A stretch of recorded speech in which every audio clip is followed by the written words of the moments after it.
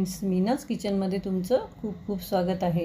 नागपंचमी स्पेशलमध्ये आज आपण पारंपरिक पदार्थ हळदीच्या पानातील पातोळे करणार आहोत। त्यासाठी कढईत तूप टाकलेलं आहे, खवलेलं खोबरं घेतलं आहे, त्यामध्ये गूळ टाकून घेतला आहे आणि थोडंसं केशर आणि वेलचीचं सिरप टाकायचं आहे आणि अगदी चिमूटभर मीठ टाकायचं आहे।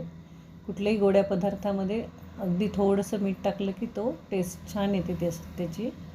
तर हे परतून आपलं सारण असं तयार झालेलं आहे। त्यामध्ये आता थोडंसं जायफळ खिसून घेणार आहे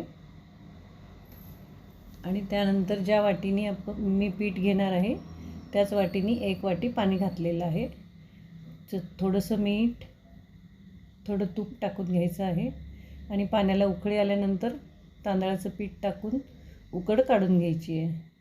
हे थोडंसं व्यवस्थित मिक्स करून 2 ते 3 मिनटं आपण ह्याला झाकून ठेवणार आहोत। त्यानंतर झाकून ठेवून झालेलं आहे, उकड आपली छानशी तयार झाली आहे। ती आता परातीत काढून घेते। तर ही व्यवस्थित वाटीने एकसारखी करून अगदी भरपूर वेळ छान मऊसूत अशी मळून घेतली आहे मी। ती आता छोटासा उंडा घेऊन आपण साच्यामध्ये टाकून घेणार आहे। मी पातोळ्या थोड्याशा वेगळ्या प्रकारच्या करणार आहे। थापून करण्याच्याऐवजी आपण आज वेगळ्या प्रकारच्या पातोळ्या करूया। तर असं हे सारण भरलेलं आहे, अशी छानशी कुरडई टाकून घ्यायची आहे। उकड खूप छान झाली आहे, त्यामुळे हे व्यवस्थित पडत आहेत, तार छान आलेली आहे। यामध्ये आता सारण भरूया। एका साईडला सारण भरायचं आहे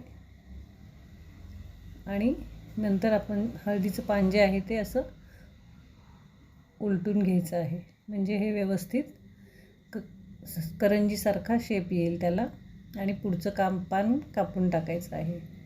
अशाच सगळ्या पातोळ्या मी करून घेतलेल्या आहेत। पानं थोडीशी निघत असल्यामुळे मी त्याला टूथपिक लावलेली आहे। तर हे 10 मिनटं वाफवून झालेले आहेत। छानशी पातोळी आपली तयार झालेली आहे। तुम्ही पाहू शकता, अगदी हळदीच्या पानाचा सुगंध खूप सुंदर आलेला येत आहे। आणि पान जर नसेल तर तुम्ही असं सुती कपड्यामध्ये सुद्धा करू शकता। तुम्हाला एक कट करून दाखवते आणि हे गरम गरम साजूक तुपासोबतच ह्याची चव छान लागते।